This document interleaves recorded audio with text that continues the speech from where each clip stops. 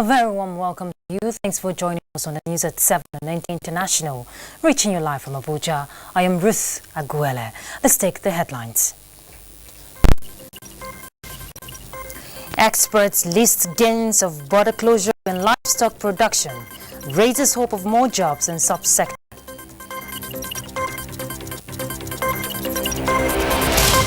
Inspector General of Police orders beef up of security nationwide ahead of the festive period. Plus, improved security at airports as passengers rush continues.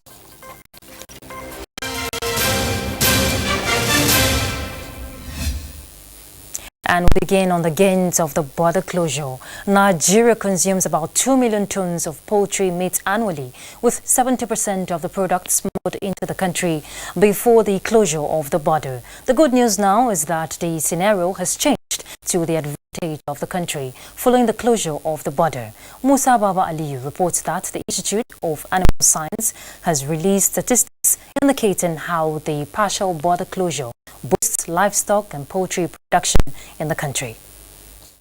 It is over 100 days now that Nigeria closed all its land borders to tackle smuggling. The move is intended to address economic sabotage and arms smuggling, at the same time boost local production of rice, poultry and other consumables.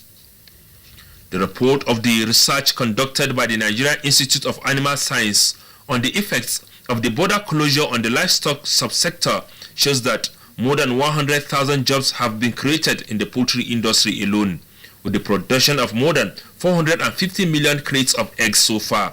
As Nigeria takes total control of the local market, the Institute of Animal Science says the livestock subsector, with a current net worth 1.6 trillion naira, will play a significant role in contributing to current government efforts to create a 100 million job.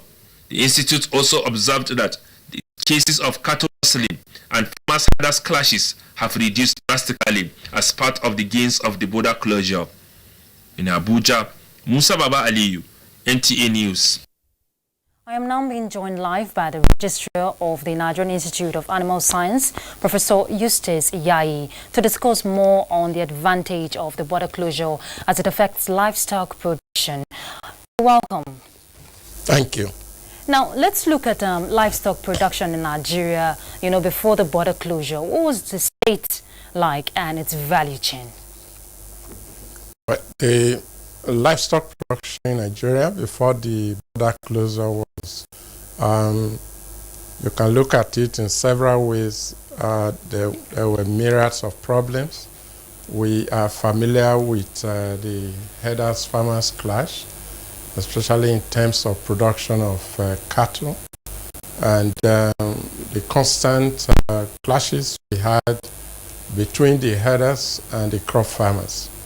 Then we also had problems in the poultry industry, where the poultry industry was seriously hit as a result of the smuggling of poultry meat into the country. And there were cases, several farms that were closed down and jobs were lost. And there was also downsizing of some of the farms that were struggling to be in production. And this, in a way, was having very serious negative impact both on the economy, the local economy, where these production activities were taking place, as well as the national economy in terms of food insecurity, as well as job losses, which, if you put them together, were not palatable. And I believe the government saw this as something that should not be allowed to continue. Okay. Now, Professor, with the border closure, what are the gains would you say have been recorded so far in the poultry subsector?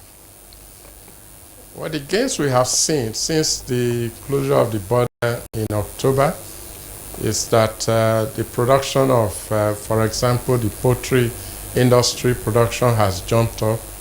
Now we have about 70-75% capacity utilization, up from 45% before the borders were closed. And that means more people in this poultry subsector are coming into the business, and businesses are being sustained. So this speaks volumes in terms of economic boost as well as job creation along that value chain. Okay, so with the increase now in livestock production, what kind of support do you think these livestock farmers would require, to meet the demands of the market? But the livestock farmers, I would believe, for them, if the government is able to sustain the policy of monitoring the border so that we take absolute control of our market, that would be a plus for the farmers. That is actually what they look up to. A lot of them have been rejoicing as a result of closure of the border because their economy has gone up, their production has gone up, and their earning power has also gone up. They want the government to continue along this trajectory and to sustain the policy so that their economy is also sustained. With these gains we're recording so far in poultry farming, there has been, calls from neighboring countries for the land borders to be reopened by the federal government. What is the position of the institute in this regard? Excuse me, can you come in? I said there has been calls by neighboring countries, for the borders to be reopened. What is the position of the institute in that regard?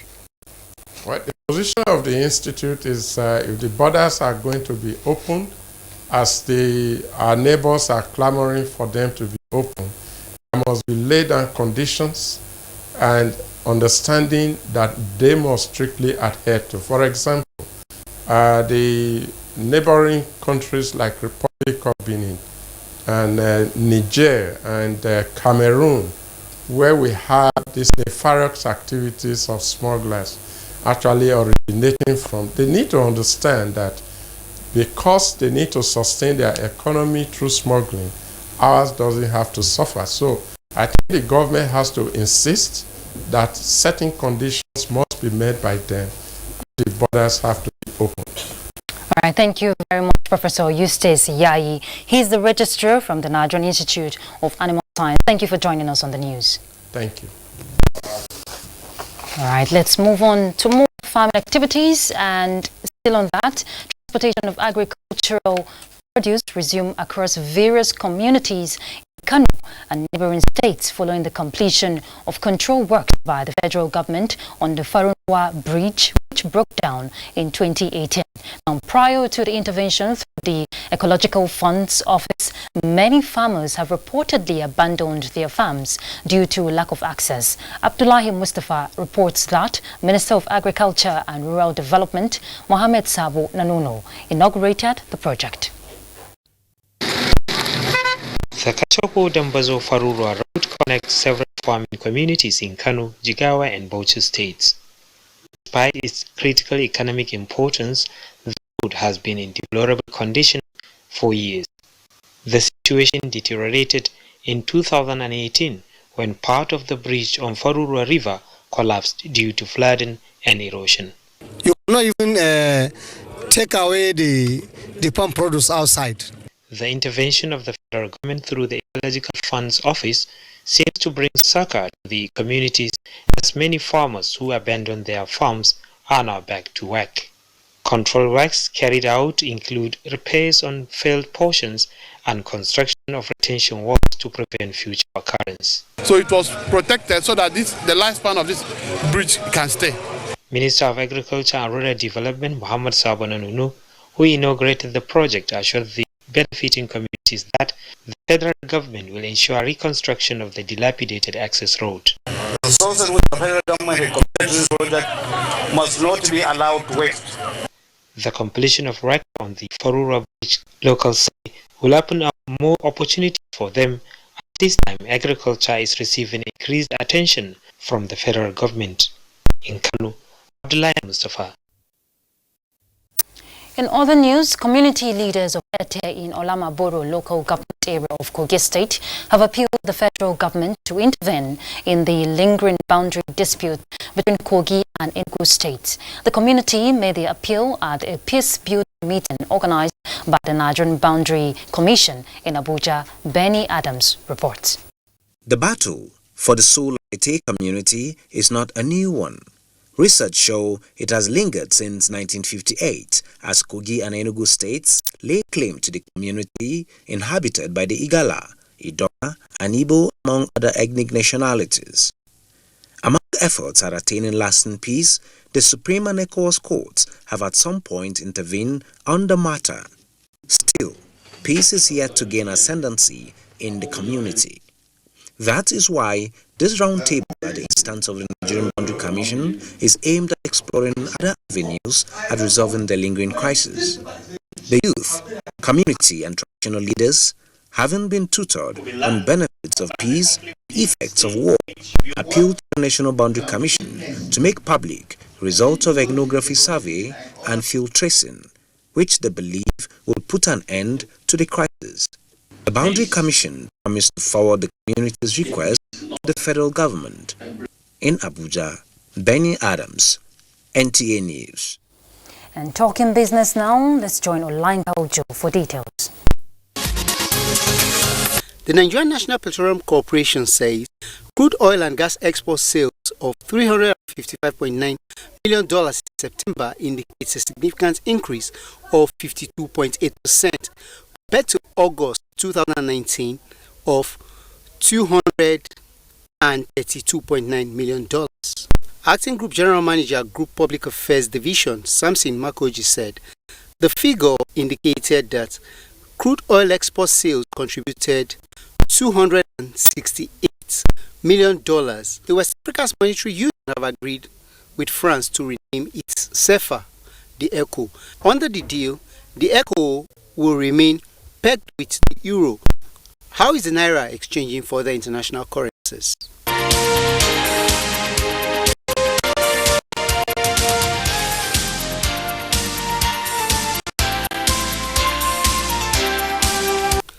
Olaka Ojo, Business News.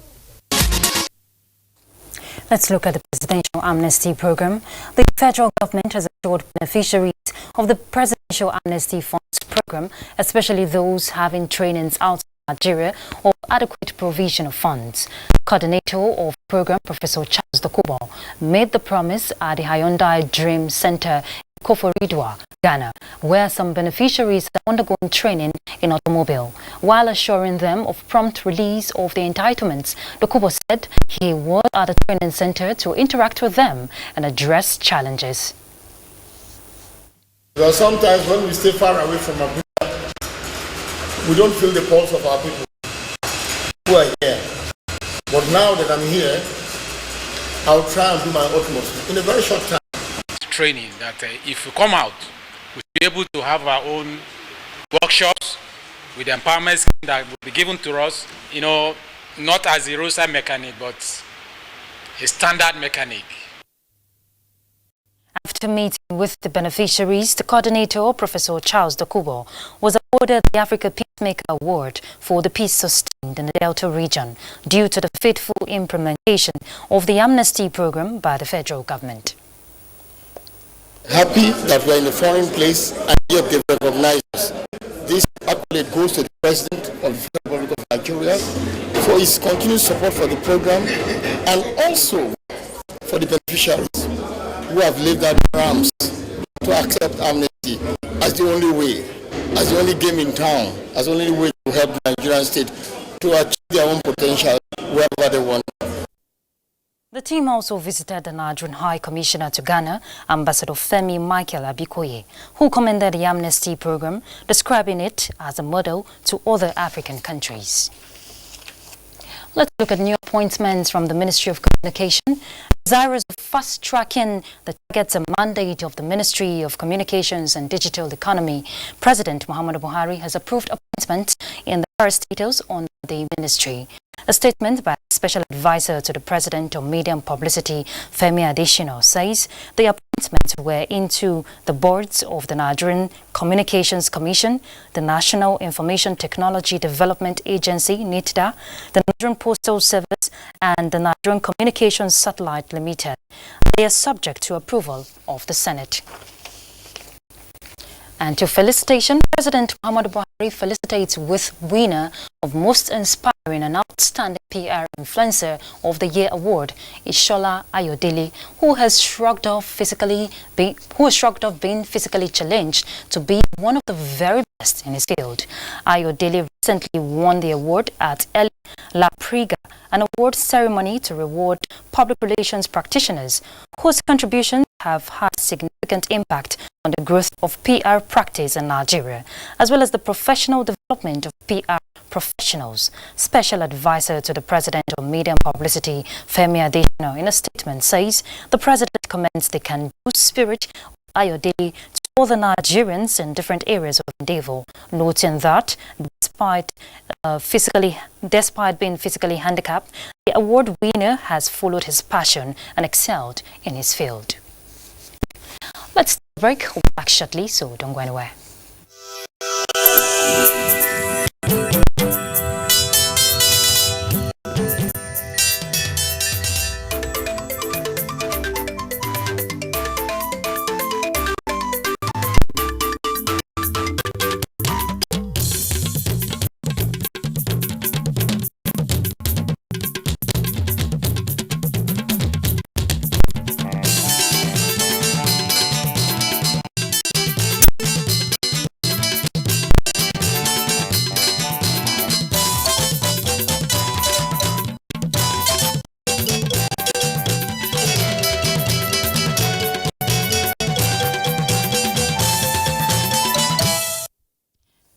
Thanks for being there.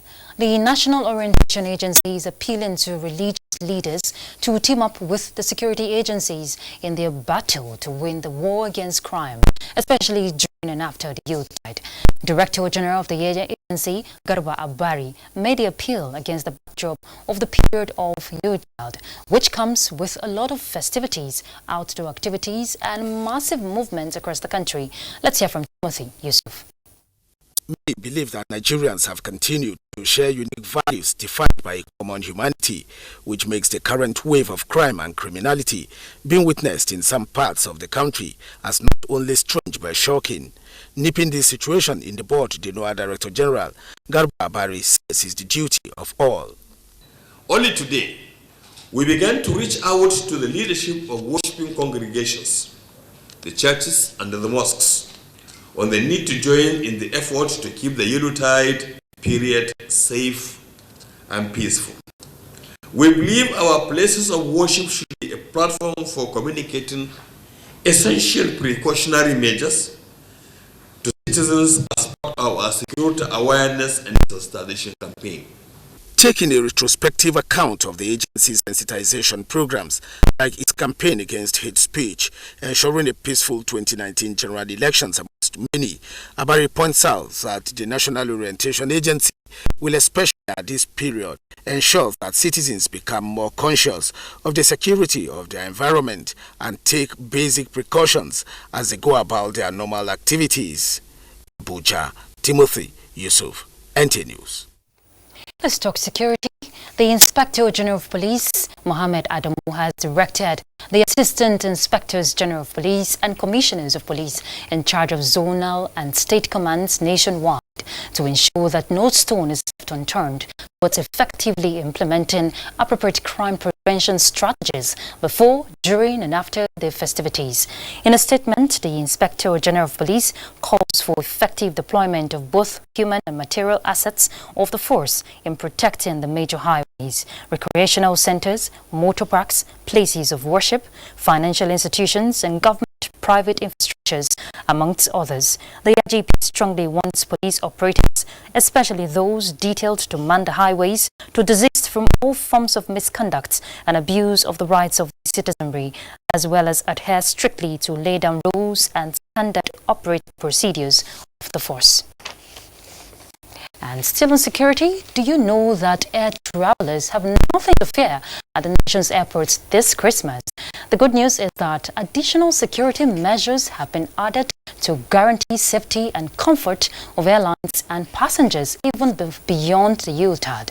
Emmanuel Ayimiro, who visited the Nnamdi Azikiwe International Airport, Abuja, will give us an update about the good news. It's Christmas period. The surge in passenger traffic usually poses a serious challenge to all the operators around the airport. The Abuja airport is therefore not an exception. The security operators say they have reviewed their strategies ahead of time in order to cope with serious challenge that may come their way. Starting from the automated gate of the Nnamdi Azikiwe International Airport, Abuja, the security presence offers a feeling of a well-coordinated team of the security operatives ready for any eventuality. This is in addition to the normal security routine of the airport security provided by the Federal Airport Authority of Nigeria. The security situation definitely is better with the screening gates and that nobody is above the law. Everybody screens to get inside, not like in time past where you go screen 10 people screening, somebody goes walking. All the entry points are being manned effectively, and only passenger, of course, bona fide, that which has boarding pass, and the boarding pass has to be valid, that could be allowed down to the foot of aircraft.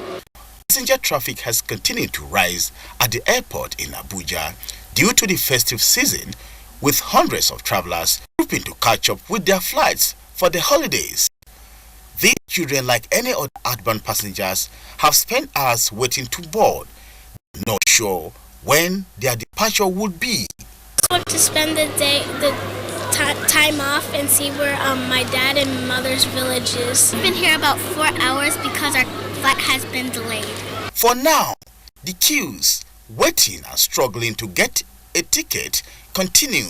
Only the airlines know how many times they will have to reschedule flights between now and after the Christmas. The assurance is for Nigerians not to worry in view of the measures put in place to guarantee safety, comfort, and security of passengers and cargo at the Nnamdi Azikiwe International Airport, Abuja. Emmanuel Ayimiro, NTA News. Thanks, Emmanuel. That feeling of knowing that you're safe brings peace of mind. Let's look at judiciary. Justice Ahmed Mohammed of the Federal High Court, sitting in Abuja, has recused himself from the case of the detained convener of the Revolution Now protest, Omoyele Sowore, and has returned the case file to the Chief Judge for reassignment to another court.